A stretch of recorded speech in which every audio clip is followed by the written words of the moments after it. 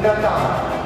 Menuntut kita semua untuk memuaskan anggaran secara lebih cermat dan bermakna dalam rangka meningkatkan kesejahteraan masyarakat.